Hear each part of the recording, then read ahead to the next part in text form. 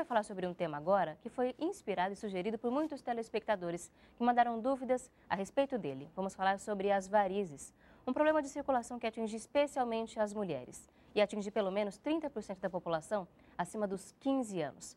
A gente vai saber agora por que esse problema acontece, quais são as formas de tratamento, o que funciona, o que não funciona, a relação da atividade física. Vamos falar sobre tudo isso contando com a opinião de um especialista no assunto. Recebemos aqui no nosso estúdio o Dr. Celso Brigalda Neves, cirurgião vascular e secretário-geral da Sociedade Brasileira de Angiologia e Cirurgia Vascular São Paulo. Seja muito bem-vindo ao nosso programa. Obrigado pelo convite. Doutor, a gente percebe que o público atingido pelas varizes, a grande maioria é de mulheres. Isso é só uma percepção da gente no dia a dia ou é realmente uma realidade? Não, uma realidade. A gente vê a proporção média, dependendo de estudos e populações, varia de 2 a 3 mulheres para cada homem. Por motivos que a gente vai discutir aí, mas não é uma percepção.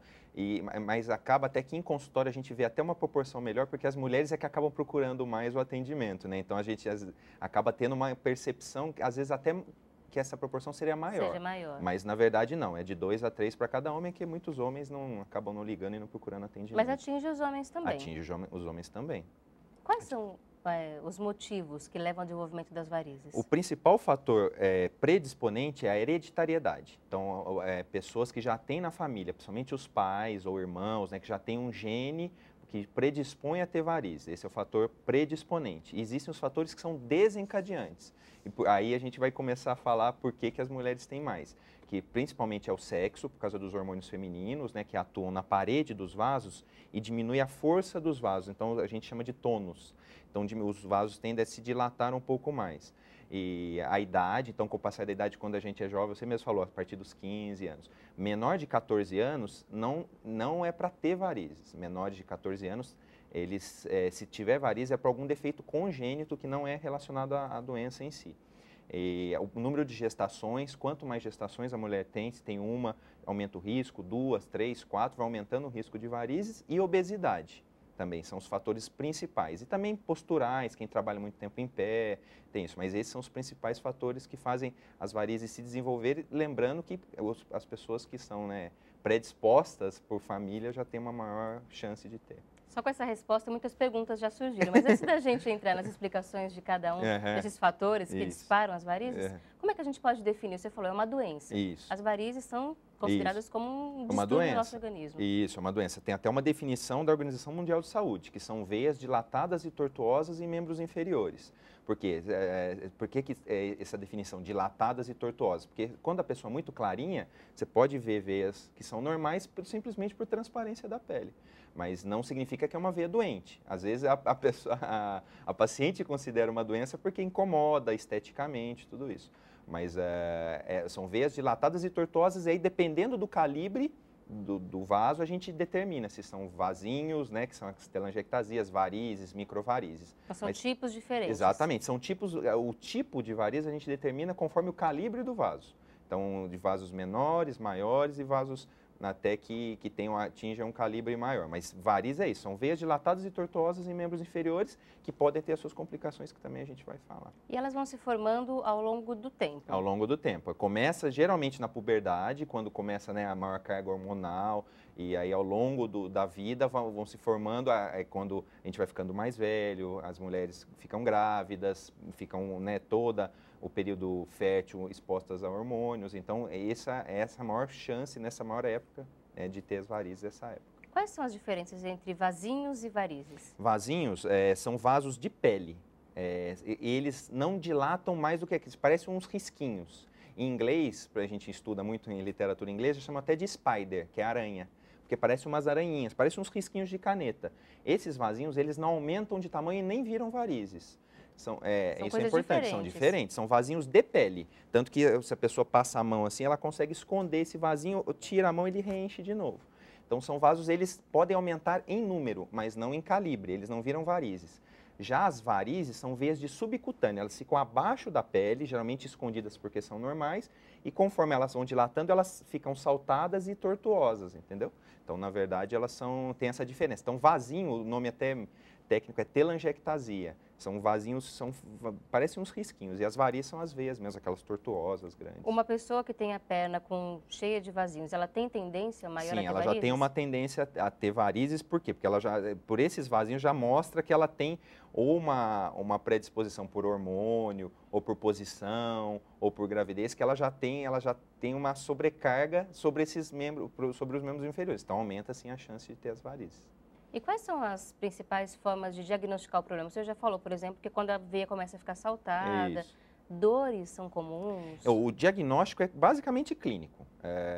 A paciente chegar no consultório, você examinar e ver, você consegue determinar. Não precisa de nenhum exame complexo. Tanto que a gente faz aquele exame que é o Doppler, todo mundo já deve ter ouvido falar, o ultrassom Doppler, o duplex, tem várias denominações, basicamente para tratamento, quando a gente pensa em tratar. Vai fazer uma cirurgia, ou tratamento com espuma, ou vários tipos de tratamento, aí a gente faz o exame. Mas o diagnóstico é clínico. E aí é isso. Aí o diagnóstico, aí depende do que a paciente pode ter sintomas ou não. Muitas vezes as pacientes vêm por estética. A perna está com incômodo, não consegue usar a saia, incomoda, acha feio, tudo isso. Mas pode ter outros sintomas, que geralmente é inchaço na perna, dor, geralmente é uma dor em peso no final do dia. Por que no final do dia? Porque a hora que acorda, né, descansou a perna ficou para cima. Durante o dia fica muito tempo com a perna para baixo, a perna vai tendo esse desconforto no final do dia. Pode ter câimbras, uma sensação de coceira, né, que é prurido, mas é basicamente esse sintoma, sensação de peso na perna, ou a própria perna inchada mesmo, a gente consegue determinar, às vezes é só uma sensação. Mas muitas pacientes não têm sintomas e vêm só por o desconforto estético mesmo. É possível que alguma paciente já comece a apresentar esses sintomas de peso, de inchaço, mas ainda não tenha aparecido alguma Sim, por quê? Porque nós temos, geralmente, o quadro clínico é bem evidente, né? Você vê as varizes e tem sintomas. Só que às vezes, principalmente quando tem veias mais profundas afetadas, a gente ainda não vê a veia dilatada, nem veias superficiais, mas a paciente já pode ter esse desconforto. E aí, às vezes, fica até um pouco difícil o diagnóstico, né? Porque outras coisas podem dar inchaço na perna, dor. Então, são casos que a gente tem que investigar melhor até para fazer um tratamento adequado. Mas que não são muito comuns. Não são muito comuns. Geralmente, a paciente que tem esses sintomas decorrentes da varizes, as varizes já estão presentes. Qual é o risco de um não tratamento das varizes, além delas aumentarem? Isso. O risco depende muito de cada paciente. A maioria dos pacientes, se não tratar, na verdade, acaba ficando do jeito que está, com desconforto estético, com um pouco de dor, com um pouco de cãibra. Na verdade, a maioria dos pacientes. Mas uma pequena parcela pode evoluir para complicações mais graves, que são aquelas manchas na perna, escurecimento e até úlceras, né? Mas isso é uma pequena proporção dos pacientes, chega de 1 a 2% dos pacientes, ou seja, grande proporção não vai ter essas complicações, mas uma parcela pequena pode ter, que são manchas e feridas, que aí sim o tratamento fica bastante complexo. Por que algumas pesquisas apontam as varizes como um fator de afastamento do trabalho? Principalmente por causa de dor. Dor, desconforto, o inchaço da perna, que o paciente, principalmente para pessoas que trabalham muito tempo em pé, às vezes desde dentistas, copeiras, qualquer profissão que fique muito tempo em pé começa a ter muita dor e a pessoa não tem. E até nessas complicações graves que eu te falei, em relação a úlceras, feridas, que aí pode ter infecção, extravasamento de líquido, né, pela ferida. Então, nesses casos, aí sim, os pacientes ficam por muito tempo afastados do trabalho. A gente tem uma pergunta de uma telespectadora, Namar Stutz, de São Paulo, capital. Obrigada, Namar, por sua audiência. Ela diz que tem varizes e quer saber se ela tem algum risco, por exemplo, de ter derrame ou aneurisma cerebral. Não, isso não tem, porque derrame ou aneurisma são doenças das artérias, são outro tipo de vasos. Nós estamos falando das varizes, né? A gente nem apresentou das varizes, então, como eu falei no começo, elas são dilatações das veias. Veias são vasos que trazem o sangue de toda a extremidade de volta para o coração. As artérias são os vasos que saem do coração e que levam para todas as extremidades, que é esse que a gente sente a pulsação, na carótida, no tornozelo, no próprio punho. Esses vasos, as artérias que quando estão acometidas, que podem ter, elas dilatam e ter aneurisma, pode ter obstrução e dar derrame, dar gangrena na perna, entendeu? Então não há nenhuma relação. Não há nenhuma relação. Se ela relação. tem varizes, ela não precisa se preocupar não, de que a evolução não vai ser essa. Isso não, mas pode, é que às vezes se confunde, por quê? Porque varizes também pode dar ferida, como eu falei. Então, assim, mas em casos graves, geralmente pacientes mais idosos, mas não tem isso, pode ficar tranquila que não tem nenhuma relação com doença varicosa com derrame ou doença arterial. Se você que nos assiste quer mandar a sua pergunta também, assim como fez a Namar, ligue para nós, 0300 10 07940, 0310 07940. Então, escreva para o nosso e-mail, que é vivermelhor@boavontade.com, vivermelhor@boavontade.com. E a gente continua aqui, então, conversando sobre este assunto. A gente já escutou quais são as complicações e a gente já entendeu que precisa tratar o problema. Primeiro pela estética, mas depois porque realmente a qualidade de vida fica comprometida. Fica. E o tratamento, ele, assim como os tipos diferentes, ele vai variando de acordo com a condição da pessoa e de acordo com o motivo? Com certeza. Então, a gente sempre tenta, apesar da gente ser cirurgião, né, a gente sempre faz o tratamento clínico primeiro. Qual que é o tratamento clínico? Usar ou utilização de meia elástica, orientações, por exemplo, paciente que é obesa, tentar voltar ao peso normal, evitar muito tempo ficar parado, porque na verdade não é o ficar em pé que dá varizes, mas ficar em pé parado, entendeu? Então, pessoas que trabalham, mas assim, que andam muito, tipo carteiro, né, pessoas que caminham, apesar de estarem em pé, caminham bastante, elas têm uma menor chance de ter varizes. Por quê? Porque o sangue está, né, a panturrilha está circulando, está bombeando o sangue está voltando. Mas um segurança, por exemplo, um segurança que fica parado, exatamente. Então, a gente tem medidas para tratar. Principalmente meia elástica e orientações, de vez em quando movimentar a panturrilha, fazer pequenas caminhadas, tudo isso. Isso se a pessoa se incomoda com tratamento de doenças menos graves, que se é só for um desconforto, a gente trata. Agora, se o desconforto for estético ou em doenças mais graves, a gente parte para o tratamento cirúrgico ou com um tratamento intervencionista, que na verdade não é só cirúrgico, a gente pode fazer espuma, outras modalidades também, laser. Então, na verdade, o tratamento varia conforme a apresentação e o que o paciente quer, como ele quer ser tratado. Se quer já tirar as varizes, tem paciente, por exemplo, que tem pavor de cirurgia. Fala em cirurgia, o paciente quer sair correndo do consultório. Então, aí não, a gente trata clinicamente, com meia. Então, depende muito de cada paciente, como ele quer ser tratado também, né?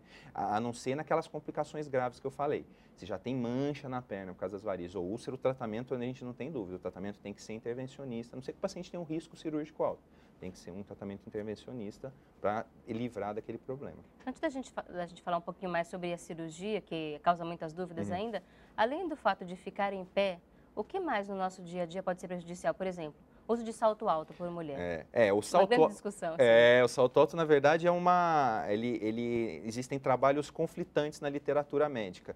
A gente sabe que, a partir, assim, tirando, né, peneirando todos esses trabalhos, saltos maiores que 7 a 8 centímetros, eles acabam impedindo a movimentação normal da panturrilha, né? As mulheres acabam andando meio de saltinho, assim, né, dando pequenos passos sem movimentação adequada, sem comprimir a panturrilha adequadamente. Então, o uso prolongado, diário, por muitos anos, pode sim predispor. Mas tem pacientes, por exemplo, que usam salto há muito tempo e não tem.